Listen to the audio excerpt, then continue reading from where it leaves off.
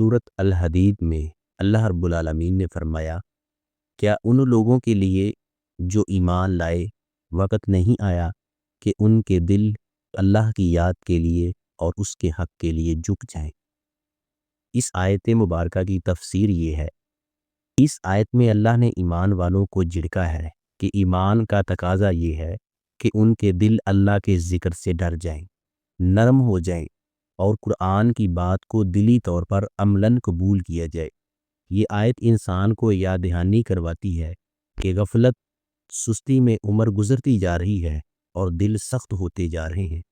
اس سے پہلے کہ وقت ہاتھ سے نکل جائے، موت کا فرشتہ آ جائے، اللہ کی طرف رجوع کر لیں۔ یہ آیت وقت کے مشہور ڈاکو فضیل بن عیاض نے رات کے وقت اس گھر سے سنی جب وہ چوری کرنے لگے تھے۔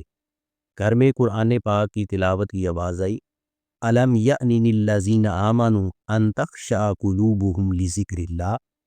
اس وقت ان کے دل کی دنیا بدل گئی، ڈر گئے۔ اسی وقت توبہ کی اور اپنا ڈاکہ زنی کا پیشہ چھوڑ کر اللہ کے ذکر و فکر میں مصروف ہو گئے۔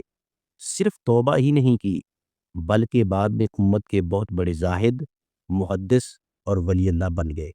آج کے پرفتن دور میں اس آیت کو سن کر مسلمانوں کو چاہیے کہ اپنے دلوں کی سختیوں اور خواہشات سے نکل کر اللہ کے ذکر، قرآن، اذکار، نماز، توبہ، اصلاح نفس اور اعمال کی درستگی کی طرف لگائیں اور اپنی زندگی کو ایمان، تقوی، نیکی اور خوف خدا میں گزاریں۔